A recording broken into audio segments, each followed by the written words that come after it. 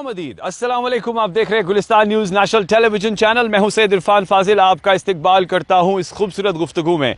फ़न और फ़नकार में आपने देखा कि कई सारे लोगों के साथ खूबसूरत सी बातचीत और बातचीत जो है अदाकारी को लेकर, जी हाँ, गुलकारी को लेकर होती है। और ख़ास तौर पर वादी कश्मीर की बात करें तो अनगिनत टैलेंट।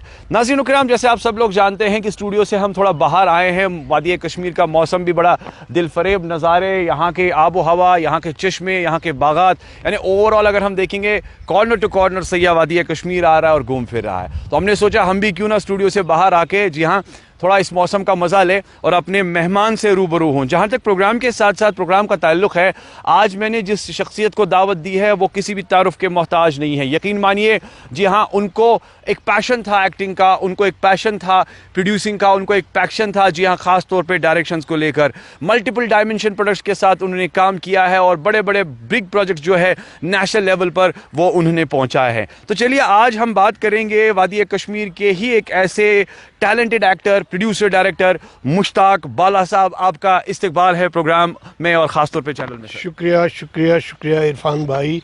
सलाम सलाम अलैकुम। नाजरीन को भी मेरा प्यार भरा सलाम और खुशी हुई आपने मुझे इस प्रोग्राम के लिए बुलाया। बहुत बहुत खुशी भी हमें भी हुई है क्योंकि कई सारे प्रोजेक्ट्स जो है मुश्ताक साहब ने किए हैं। मुश्ताक साहब, सबसे पहला मेरा सवाल, बचपन से लेकर अभी तक नो डाउट आप फिल्मों को देखते थे, फिल्म के अदाकारों को देखते थे, हमने सुना है कि आप काफ़ी पसंद करते थे, मगर क्या दिल की चाहत थी, दिल की ख्वाहिश थी कि आप भी फिल्में बनाएं और बड़े पर्दे पर फिल्में बनाएं?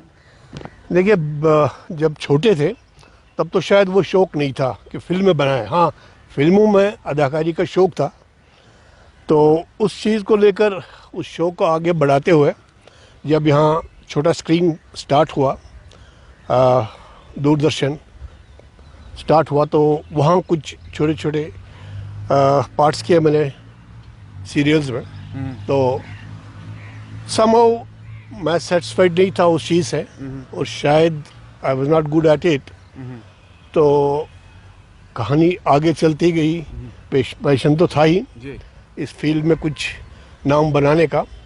तो एक ऐसा वक्त आया कि दूरदर्शन ने सीरियल्स फ्रीलांसर्स को आउटसोर्स करना स्टार्ट किया। तो उसमें मैं I was very fortunate to get some good serials, some good idea जो मैंने कंसीव किए थे और उनको आगे राइटर्स से, ऑथर से लिखवाया था। तो वो अप्रूव हो गए। आपको मालूम है ये दूरदर्शन में इसमें अप्रूवल वगैरह का चक्कर रहता है। Very true. मगर सर, उससे पहले मैं ज़रूर ये जानना चाहूँगा कि आप बचपन में जब फिल्में देखते थे, थोड़ा चलेंगे, फिल्मों को वॉच करते थे, अदाकारों को वॉच करते थे, तो कोई आपके मन पसंदीदा अदाकार जिन्हें आप, हमने सुना है कि आप जितेंद्र को ज़्यादा फॉलो करते थे? जी जी जी, बहुत बहुत वेरी ट्रू। तो उनका मुझे इनफैक्ट उनका जो पर्सोना है, उनका जो आउटलुक है, उनकी जो ड्रेसिंग सेंस है, शायद वो मुझे पसंद थी। व्हाइट कलर से बड़ी मोहब्बत थी। बिल्कुल। आप और व्हाइट कलर के शूज पहनना पसंद करते थे मुश्ताक साहब। बिल्कुल बिल्कुल बिल्कुल।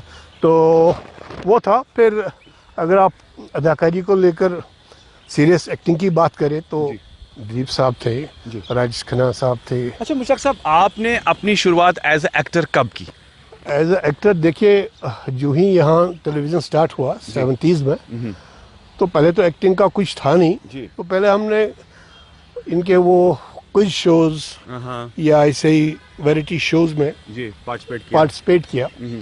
तो उसी में जफ़र अहमद एक प्रोड्यूसर, उन्होंने मुझे स्पॉट किया। तो उन्होंने मुझे एडवाइस किया कि आप अदाकारी में इसमें क्यों नहीं आते हो। खैर वो तो शौक ही था।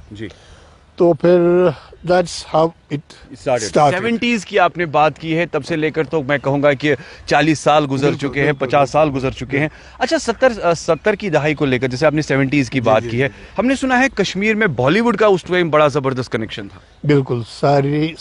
जो भी फिल्म बनती थी, कुछ भी हो, एक सॉन्ग दो सॉन्ग तो उन्हें यहाँ पिक्चराइज करने ही पड़ते थे। राइट। क्योंकि कश्मीर का जो एक नज़ारा है, जहाँ भी आप कैमरा खड़ा करोगे आपको फ्रेम मिलता है। जी। और फिर तो वो वर्ल्ड फेमस है कश्मीर में। तो ये जानना चाहेंगे कि कभी किसी बड़े अदाकार के साथ, फिल्म एक्टर के साथ, बॉलीवुड एक्टर के साथ आपकी मुलाकात हुई जब यहाँ बॉलीवुड की शूटिंग्स हुआ करती थी? जी। शशि कपूर साहब, शत्रुघ्न सिन्हा साहब, उनसे मुलाकात हुई। तो इनफैक्ट शूटिंग्स देखने हम काफ़ी जाते थे। कभी मौका मिला कि आपको या ऑफर किया गया कि बाला साहब को भी फिल्मों में आने का शौक है, तो कभी आपने अप्रोच किया या कभी आपको मौका मिला? नहीं, सच माने तो मैंने कभी अप्रोच नहीं किया, बल्कि मुंबई का एक किस्सा सुनाऊं। जी मरहूम परवेज़ मसूरी साहब जी, अल्लाह मग़फ़िरत करे, मग़फ़िरत करे। रहे नहीं अब हमारे बीच। जी तो उनका चल रहा था बॉम्बे में करियर, स्टार्ट ही हुआ था। जी अच्छा, बड़ी फिल्म मिली उनको, एहसास, जी, तो छा गए पूरे बिल्कुल, स्क्रीन में, बिल्कुल, मुझे पता है जी, पूरी राजेश। कंट्री में। तो अब मैं जाया करता था मुंबई। तो एक बारी परवेज़ का एक शूट चल रहा है, उसने कहा चलो आज शूट पे जाते हैं जी आउटडोर। जी तो वहाँ कुछ लोग मेरे पास आए, उन्हें मुझसे पूछा, दो लोग थे, उनके साथ एक फीमेल भी थी, जी। तो आप फिल्मों में काम करने आए हैं? तो खैर मैंने तो वो सोचा ही नहीं था। तो मैंने कहा नहीं, मेरा दोस्त है परवेज़, मैं इसके साथ आया हूँ। जी उसके बाद मुझे कुछ दिनों के बाद ये एहसास हुआ, ने मुझे क्यों पूछा ये, जी। शायद मुझे कहना चाहिए था हाँ। तो दैट्स इट। उसके बाद यानी ये कह सकते हैं कि एक अच्छा खासा ऑफर मिल रहा था। आई डोंट नो क्या उनके जहन में था।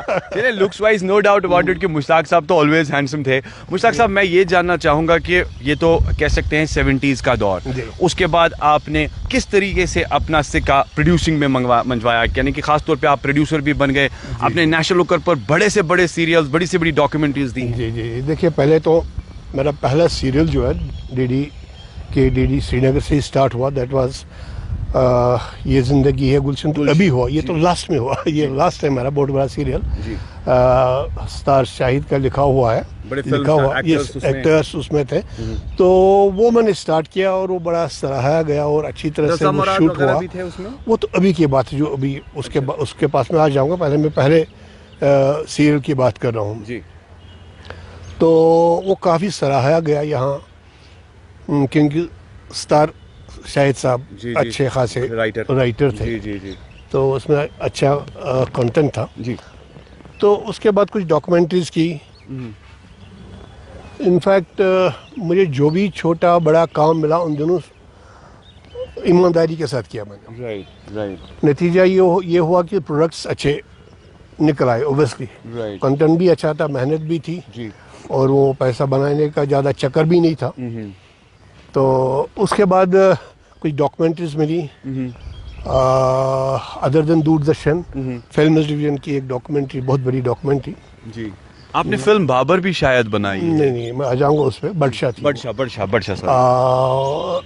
About architecture of Kashmir, film division ने मुझे वो असाइन की थी। क्या बात है। तो वो इंटरनेशनल प्लेटफॉर्म्स पे दिखाई गई, कुछ अवार्ड्स मिले, स्टेट अवार्ड भी मिला उसके लिए।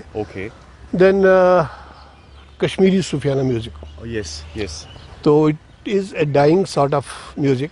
तो दिल्ली में देयर इज एक डिपार्टमेंट है IGNC, जो प्रिजर्व करते हैं जो भी चीज़ें डाई कर रही हो।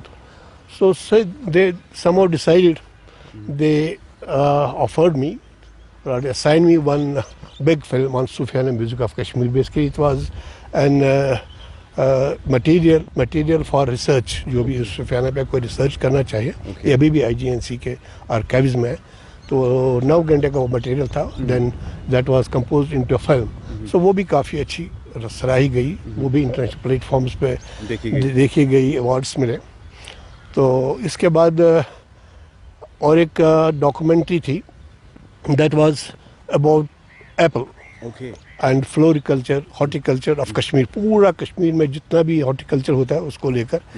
तो वो भी अच्छी सराही गई। खैर, हालांकि वो रीजनल लेवल पे मिली थी, but that was again telecast national with English subtitles. तो जो बडशाह की बात कर रहे हैं, बडशाह पे मैं आ जाऊँगा जब हम फिल्मों की बात करेंगे।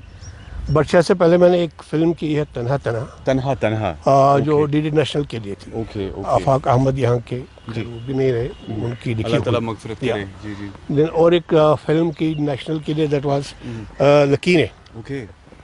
तो वो भी काफ़ी सराही गई। तो उन दिनों नेशनल चैनल पे आना बहुत बड़ी बात होती थी। यानी नेशनल लेवल पर इतने बड़े मंच पर उस टाइम ऐसी फिल्में बनाना, how difficult it was to survive, अगर देखा जाए 40 साल 50 साल पहले की अगर मैं बात करूं या 30 साल पे इतना ज़्यादा एडवांस सिनेमा नहीं था, इतनी टेक्नोलॉजी नहीं थी, तो कैसे आप मैनेज करते थे? देखिए, in fact you know it, I from business family, वो एक सहारा था। जी तो शायद यही वजह है कि मुझे वो ज़्यादा नहीं रहा कि इसमें से जो भी बजट अलॉट हुआ है जी जी।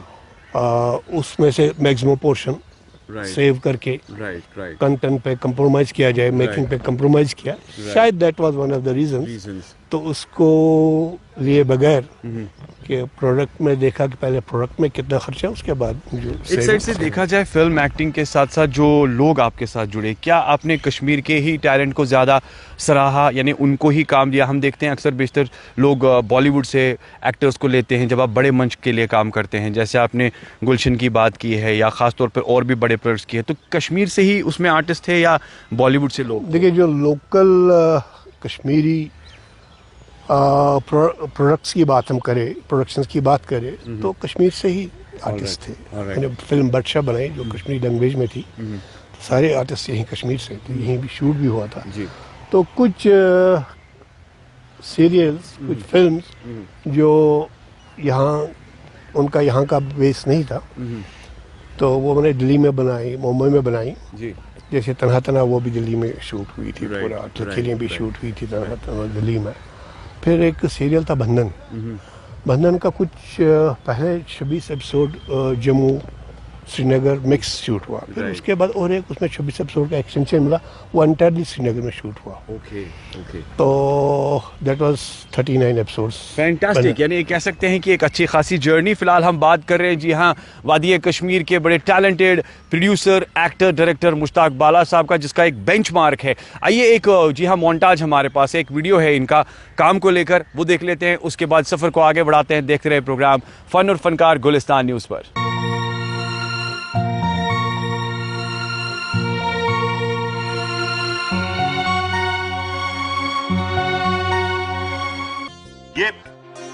ये शाहनवाज खान कहाँ गए? सब गाड़ियों में बैठ चुके हैं, शाहनवाज आके निकल चुके हैं। अरे बस भी करो, सब ठीक हो गया है ना अशरफ? क्यों इतना परेशान हो रहे हो? चलो आओ, विदाई का वक्त हो गया।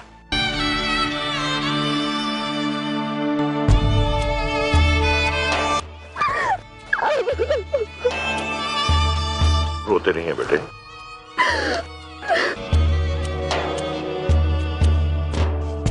बेटे, हम अपने कलेजे का टुकड़ा आपके हवाले कर रहे हैं। ये हमारी सबसे प्यारी और चहेती बेटी है सफिया, इसका ख्याल रखिए। आप फिक्र न करें भाई साहब, आपकी बेटी शाहनवाज खान के घर जा रही है, भाई से किसी चीज की तकलीफ नहीं होगी।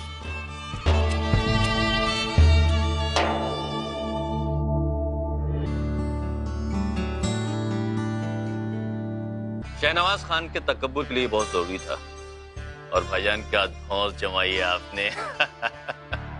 वो सिर्फ धौंस नहीं थी याकूब, बल्कि वो मेहर हमारी बेटी के मुस्तकबिल की जमानत है।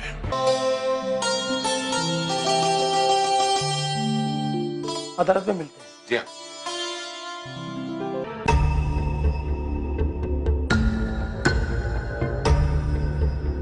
तुम्हारे लबों पर आने से पहले हमने पूरा किया है। क्या इस बात का एहसास है तुम्हें? जी अब्बू, हमें पूरा एहसास है। हम तुम्हारे लिए हर वो चीज लेकर आए जिसकी तुमने तवक्को की। तुम खामोश भी रहोगी सुरैया? फूफी कुछ गलत नहीं कह रही हैं दादी। मैं खामोश नहीं रहूंगा। इस बात का फैसला तो आपके हाथ होकर रहेगा। फैसला हम कर चुके हैं बेगम, और अब इस फैसले को बदलना किसी बशर के हाथ में नहीं। आप जरा ये भी तो कंसिडर कीजिए कि शाहजेब के दिल पर क्या बीत रही होगी। शाहजेब से जाके पूछिए।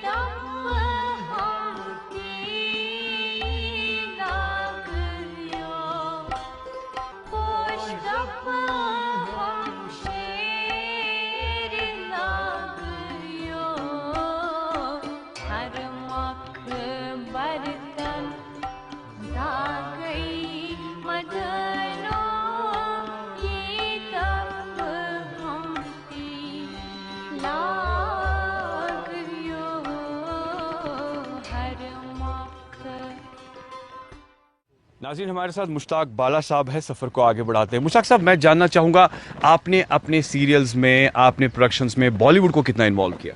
देखिए, अभी हम जिक्र कर रहे थे ये ज़िंदगी है गुलशन, जो कि मेरा बहुत ही बड़ा सीरियल है, मोर देन 150 एपिसोड्स का सीरियल है, जो डीडी नेशनल के लिए बना है। जी जी जी। डीडी नेशनल के बाद वो डीडी उर्दू, डीडी कशीर में भी काफ़ी बार चला, रिपीट चला।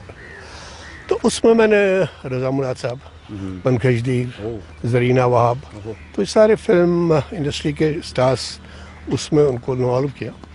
तो सारा मुंबई में शूट हुआ। तो मैंने शिफ्ट किया था 3 साल के लिए for this production to Mumbai. So शुक्र अल्लाह का, that was accepted throughout the country, और यहाँ भी ख़ास तौर पर लोगों ने देखा। वो देखा जाए तो बॉलीवुड के बड़े चेहरों के साथ काम करना, how personally you believe the experience was with you, अगर देखा जाए यहाँ के आर्टिस्टों और बॉम्बे के आर्टिस्टों को? वेरी गुड, क्योंकि वो खैर यहाँ भी प्रोफेशनल आर्टिस्ट हैं हमारे, लेकिन वो बहुत ही कुछ ज़्यादा प्रोफेशनल्स हैं। टाइम पे आ जाएंगे, नो कॉम्प्रोमाइज, टाइम पे आ जाएंगे, तो अच्छा लगता है वहाँ काम करने में। कश्मीर के साथ जब आप बॉलीवुड के आर्टिस्टों को लेकर काम कर रहे हैं, तो कुछ डिफरेंस लगा? नो डाउट कि हिंदी फिल्मों में तो वो काम करते रहते हैं डिफरेंट एस्पेक्ट्स या सब्जेक्ट्स पर, मगर जब आपने कश्मीरी सब्जेक्ट उनको दिया तो क्या रियलाइजेशन मिली? नहीं, देखिए, यहाँ का जो आर्टिस्ट है, लोकल आर्टिस्ट है, बहुत ही मेहनती है और आर्टिस्ट है, वाकई में आर्टिस्ट है। मेरा ये एक्सपीरियंस है कि यहाँ के आर्टिस्ट के साथ काम करके एक सेटिस्फेक्शन मिलती है। वो जो चाहिए होता है रोल में, दे डिलीवर इट। तो I am happy with that. उनकी जो उनका आउटपुट है बहुत अच्छा निकलता है। एक साइड से आउटपुट, एक साइड से कल्चर, प्रमोशन, ट्रेडिशन, बाकी सारी चीज़ें, मगर विंडो बंद हो गया, कई सारा काम रुक गया कशी चैनल को लेकर, तो कई सारे लोग बेरोजगार भी हो गए। तो क्या आपने अपनी ये लेगेसी जो है फिल्म मेकिंग की कंटिन्यू रखी? बिल्कुल कंटिन्यू रखी। अभी मैंने कुछ 10 शॉर्ट फिल्म्स बनाई हैं, जो सोशल अवेयरनेस प्रोग्राम से उनको लेकर। तो वो यूट्यूब पे अभी वो अवेलेबल हैं। राइट। सो चालू है, अभी भी there are things in the process. तो ठीक है, दूरदर्शन बंद हुआ तो it's not only Doordarshan, there are other channels, there are other platforms जहाँ पे प्रोडक्ट्स दिखाए जा सकते हैं। मुश्ताक साहब, हम देख रहे हैं कि प्राइवेट काम हो रहा है, गवर्नमेंट के एंड से अगर देखा जाए काम नहीं हो रहा है, और दूसरी जानिब अगर देखा जाए तो इस वक्त जो फिल्म पॉलिसीज़ है, फिल्म मेकिंग के जो प्रोजेक्ट्स है, कश्मीर को लेकर आपका क्या नज़रिया है? देखिए, अभी ये है, यहाँ टूरिज़्म वालों ने एक फिल्म कंक्लूड किया जी, उसमें इम्तियाज़ अली फिल्म मेकर जी, मिस्टर भरद्वाज, वो दोनों थे, कबीर खान। तो उनके साथ इंटरेक्शन हुई। उन्होंने कहा कि they are now starting things in Kashmir. क्योंकि अभी तक क्या था कि गवर्नमेंट लेवल पे उनको बोला जा रहा था ये हमें चाहिए। डेवलपमेंट इन JNK कितना हुआ है पिछले 10 साल में, पिछले 5 साल में, पिछले 20 साल में। तो अभी उन्होंने दे हैव डिसाइडेड, उन्होंने अपनी टीम्स यहाँ लाई है, लोगों से मिल रहे हैं, स्टोरीज उनसे ले रहे हैं। तो वो रियल सेंस में जो कश्मीर को लेकर फिल्म बननी चाहिए, I think they are busy in that, and I am looking forward to watch those film जो वो बनाएंगे। छोटे छोटे तो आज साउथ से भी काफ़ी लोग आए हैं, 2-4 उन्होंने बनाई है, बट अभी तक कुछ देखने को मिला नहीं मिला है। अच्छा, ये आजकल के आर्टिस्टों को लेकर आप किस तरह की रियलाइजेशन है? क्योंकि आप एक फिल्म मेकर है, आप एक प्रोडक्शन को देखते हैं, डायरेक्शंस आपने काफ़ी की है, आजकल आर्टिस्ट जो है, लोकल आर्टिस्ट, वो किस स्टेज पर है, कैसे सर्वाइव कर रहा है? देखिए, लोकल आर्टिस्ट का मेन था यहाँ पे रेडियो एंड टेलीविज़न, वो दोनों बंद हो चुके हैं, उनके पास फंड नहीं है उनके साथ कोई काम करने का। तो अभी एक ही सहारा है जो फिल्म इंडस्ट्री यहाँ आ रही है, आजकल फिल्में यहाँ शूट कर रहे हैं। मैं चाहता हूँ कि एक यहाँ प्लेटफॉर्म बने जिससे उनको बताया जाए कि भाई अगर आपको आर्टिस्ट लेना है, कोई भी आर्टिस्ट कश्मीर का लेना है, तो इस प्लेटफॉर्म के थ्रू लो, इस जो भी एसोसिएशन बने या तो कोई एसोसिएशन या कोई प्लेटफॉर्म या कोई विंडो आपको लगता है पिछले 40 साल से कश्मीर में बना है जिसमें एंट्री कर सकता है, अप्लाई कर सकता है आर्टिस्ट? नहीं, ऐसा कुछ नहीं बना है अभी तक, बट इंफॉर्मेशन डिपार्टमेंट ने कुछ वेबसाइट वगैरह दी, लेकिन विदाउट इन रिजल्ट्स, उसका कोई रिजल्ट नहीं हुआ। But now people are thinking they are doing something. अभी लास्ट टाइम ही एक टैगोर हॉल में भी एक फंक्शन हुआ था जिसमें ये डिसाइड हुआ कि यहाँ के लोकल आर्टिस्ट एक रजिस्टर्ड एसोसिएशन बनाएंगे, उनकी कोलैबोरेशन रहेगी जो बॉम्बे में एसोसिएशंस है जी। तो उनके थ्रू जो भी यहाँ फिल्म यूनिट आएगा उनके थ्रू ही वो यहाँ का टैलेंट लेंगे। हम देख रहे हैं कि बॉलीवुड के बड़े बड़ी सेलिब्रिटीज़ को यहाँ बुलाया जाता है, मगर other side of the story अगर देखा जाए, जैसे हमने ग्रैंड शोज़ देखे कुछ बड़े सिंगर्स के साथ, मुश्ताक साहब आपने देखा होगा यहाँ पर उनको बुला के बड़े प्रोग्राम्स होते हैं, चाहे वो SKICC सेंटर में हो, चाहे वो ललित के लॉन में हो। मगर दूसरी साइड से जो हमें अपने कश्मीर के फोक आर्टिस्ट है, यहाँ के सिंगर्स है, यहाँ के आर्टिस्ट है, उनको कितना बड़ा मंच मिलता है? क्या आपको लगता है कि जैसे दिल्ली में, मुंबई में, पंजाब में बड़े से बड़े मंच पर वो काम कर रहे हैं, क्या ऐसा वो हो रहा है? देखिए वो जो उन्हें बुलाते हैं यहाँ पे सेलिब्रिटीज़ को जी, वो आते हैं जाते हैं, जो लोग वहाँ देखते हैं 200 500 600 लोग आते हैं देखते हैं, उतना ही उसी तक वो महदूद रहता है जी। और लोकल में मतलब किसी जगह मैंने उसको डिस्कस होते हुए नहीं देखा। एग्जैक्टली। लेकिन अगर हम loss, it is a loss, अगर हम देखें वही जिलानी साहब का एक सॉन्ग आ जाए जी, तो लोग डिस्कस करते हैं, राइट। या इसी तरह जो भी हमारे लोकल यहाँ अदाकार है जी, उनका अगर एक भी शॉट आ जाए तो पीपल डिस्कस इट बिकॉज वो रिलेट करते हैं उनके साथ। एग्जैक्टली। तो अभी बाहर से मेरा तो ये कहना वो प्रोग्राम करने वाले और देखने वाले भी बाहर से होते हैं। राइट। हमें किसी फंक्शन में नहीं बुलाया। समटाइम्स हम ये भी कह सकते हैं कि फिल्म मेकर्स की शिकायत थी कि जब फिल्म्स के बड़े बड़े प्रोजेक्ट्स पर यहाँ सेमिनार किए गए तो यहाँ के लोकल फिल्म मेकर्स को भी पूछा नहीं गया। वो तो सही है, वो तो बहुत बार मीडिया में भी आया है जी। तो इसीलिए देखिए अभी तक अगर आप कश्मीर फिल्म इंडस्ट्री की बात करें जी, मंजरात, खबा खातून जी, रसूल मीर जी, बदशाह, अब बताइए उसके मुकाबले में क्या बना अभी तक? आर्काइव्स की बात करेंगे, कितनी सारी चीज़ें आपको लगता है कि रिवाइव की जा रही है बड़े पैमाने पर? चलिए मुग़ल आज़म बनी, बाद में कलर में भी बनी। बिल्कुल। कश्मीर में आपने रसूल मीर की बात की है, निमाल की बात की है, हबा खातून की बात की है, क्या उसको दोबारा से रिवाइव किया गया with latest technology, with latest innovations? Because आजकल आप देखिए आप हमारे पास इक्विपमेंट के हवाले से क्या कुछ नहीं है, सॉफ्टवेयर के हवाले से क्या कुछ नहीं है। बिल्कुल। यही दुख है, नहीं रिवाइव किया गया है। फिल्म डिवीजन उनका आर्काइवल उन्हें चाहिए थे, यहाँ के पोस्टर्स जो कश्मीर फिल्म्स बनी है कश्मीरी में, कश्मीर तो मैंने चाहा था मंजरा जो यहाँ कश्मीर की पहली फिल्म है उसका पोस्टर मैं दे दूँ। मैंने कांटेक्ट किया काफ़ी लोगों से, कहा नहीं हमारे पास है नहीं। तो आर्काइव में भी कश्मीर को लेके, फिल्म्स को लेके कुछ भी नहीं है। अब शायर कश्मीर महजूर जी, उसको लेकर भी आर्काइव्स में कुछ भी नहीं है। बाला साहब, कभी आपका as a film maker plan हुआ किसी बॉलीवुड बड़ी पर्सनालिटी के साथ, डायरेक्टर के साथ, कि आप कुछ इन चीज़ों को रिवाइव करें एज पर्सनल? देखिए पॉसिबल नहीं हो रहा है ये। उसके लिए यू नीड कोई ऑर्गेनाइजेशन, जब तक आपके साथ ना हो तब तक ये चीज़ मुमकिन नहीं है। यानी हम कह सकते हैं कि कॉर्पोरेट सेक्टर्स और सेक्टर्स या देखिए गवर्नमेंट का फिल्म डिवीजन है जी, तो वो ये कर सकते हैं, उनके पास ये फंड्स अवेलेबल है या ये चीज़ें अवेलेबल है, वो इनको लेकर प्रिजर्व कर सकते हैं, नए फॉर्मेट में ट्रांसफ़र करके प्रिजर्व कर सकते हैं। बट उसके लिए somebody has to fight for it, somebody has to go to the authorities. Do you have a sort of any association in Kashmir जो कि ख़ास तौर पर एक गिल्ड पर काम कर रही है, जो ख़ास तौर पर गवर्नमेंट तक इस बात को पहुंचा रही है और वहाँ से कोई रिस्पॉन्स आ रहा है? देखिए अब बन रही है, जो अभी मैंने जिक्र किया अभी, तो उसको लेकर सेकंड फेज ये होगा। पहला फेज तो ये होगा जो यहाँ के आर्टिस्ट हैं उनके सर्वाइवल के काम होगा, उसके बाद ये चीज़ें उसी प्लेटफॉर्म के थ्रू आगे लिया जाएंगे। आपको नहीं लगता है कि अभी तक अगर ये सारी चीज़ें हुई होती तो कह सकते हैं कि बड़े मंच पर, जैसे पंजाब है, साउथ है, बॉलीवुड है, कश्मीर का भी एक बड़ा एक रिच प्लेटफॉर्म होता खास तौर पे आर्ट को लेकर? बिल्कुल बिल्कुल, क्योंकि यहाँ पे हर एक चीज़ है। यहाँ पे आपके टेक्नीशियंस जी, आर्टिस्ट जो ये इसमें हिस्सा लेके एक कामयाब फिल्म इंडस्ट्री बना सकते हैं, लोकल फिल्म इंडस्ट्री बना सकते हैं। मैं वही बोल यही एक दुख है कि इंफॉर्मेशन डिपार्टमेंट में गवर्नमेंट ने जो भी अभी ये फिल्म पॉलिसी की है उसमें कश्मीर फिल्म या लोकल रीजनल फिल्म के लिए कोई स्कोप नहीं है। यानी ये भी कह सकते हैं कई सारे फिल्म मेकर्स कंफ्यूजन है, समझ नहीं आ रहा है, बहुत सारी वेरिएशंस। अब पहले एक पॉलिसी थी, अब और अमेंडमेंट्स आ गई हैं। वो है कंफ्यूजन, समझ आके भी वहाँ कुछ भी नहीं है for regional films. Regional film को बढ़ावा देने के लिए, उनकी मेकिंग के लिए, दिस इज हार्डली एनीथिंग। तो ये मैं कह रहा हूँ, मेरा ये मानना है कि आई वॉश है।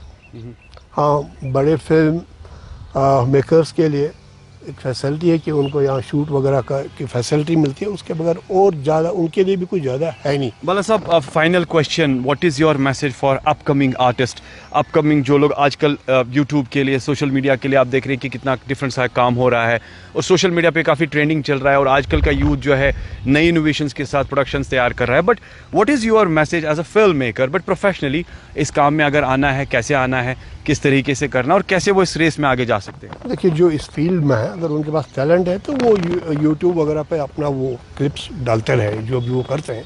क्योंकि आजकल क्या है कि आजकल दूसरा फॉर्मेट चल रहा है मुंबई में, वो ऑनलाइन देखते हैं कहाँ पे क्या चल रहा है, उनको कॉल करते हैं ऑनलाइन, उनसे ऑडिशंस लेते हैं, तो दे गेट चांस। ऐसा नहीं कि आपको अभी स्ट्रगल करने के लिए 100% मुंबई ही जाना है। राइट। सो यहाँ बैठ के भी अगर ऑनलाइन अप्लाई कर सकते हैं, they are on the watch. उनकी एजेंसीज होती है जो देखते हैं कि उनको असाइनमेंट दिया जाता है कि ये हमारी रिक्वायरमेंट है, तो वो यूट्यूब वगैरह सर्च करते हैं से अगर कश्मीर का चाहिए, कश्मीर बेस्ड, तो कश्मीर को लेके कितने आर्टिस्ट है या उनका क्या यूट्यूब पे काम है, उसको लेकर दे पिक देम, थोड़ा सा ऑडिशन एक क्लिप मंगवाते हैं, तो अगर वो लगता है वो सिलेक्ट देम। मुश्ताक बाला साहब, इट फील्स सो प्लेजर। मेरा मन नहीं कर रहा है कि मैं आपको जाने दूं, मगर क्या करें, वक्त का तकाजा है। एंड हमेशा हमने आपको देखा है, आपके काम को देखा है, सराहा है, पसंद किया है। आने के लिए आपका बहुत बहुत शुक्रिया इरफान साहब, और चैनल का भी शुक्रिया, और उम्मीद है कि आइंदा भी हमें याद किया जाएगा। शुक्रिया, thank you very much. Thank you very much. तो ये थे हमारे, जी हाँ, रिनाउंड कश्मीर के artist, actor, director, producer Mushtaq Bala साहब, और खूबसूरत सी गुफ्तगू, और खूबसूरत गुफ्तगू के साथ साथ इनके मल्टी डायमेंशनल प्रोडक्ट्स, उनके बारे में, जी हाँ, प्रोडक्शंस को लेकर हमने बात की। फिल्म मेकिंग के क्या कुछ मामलात है, शिकायतें जो है ख़ास तौर पर आर्ट को लेकर, आर्टिस्टों को लेकर क्या कुछ है, ज़मीनी स्तर पर क्या कुछ होना चाहिए। पिछले 40-50 साल से इंडस्ट्री में हैं, मगर अभी भी अपनी लेगेसी को कंटिन्यू कर रहे हैं। प्रोडक्शंस के ज़रिए आने वाले टाइम में कुछ और नई नई शॉर्ट फिल्म प्रोड्यूस कर रहे हैं, सोशल मीडिया के साथ कनेक्टेड है, मगर इनका मानना है कि जिस तरीके से काम होना चाहिए वैसा काम हो नहीं रहा है। फिल्म पॉलिसी के हवाले से जो इम्प्लीमेंटेशंस है उस पर और रद्द-ए-अमल होना चाहिए, उस पर कुछ ऐसी बात होनी चाहिए जिसमें खास तौर पे कश्मीर के फिल्म फ्रेटर्निटी को फ़ायदा मिले। Thank you so much for joining us. इजाज़त दीजिए सईद इरफान फाजिल और मेरे, जी हाँ, कैमरा पर्सन खान मुदस्सिर, मेरे एडिटर साहिल मजीद को। बने रहिए, देखते रहिए गुलिस्तान न्यूज़। खुदा हाफिज़।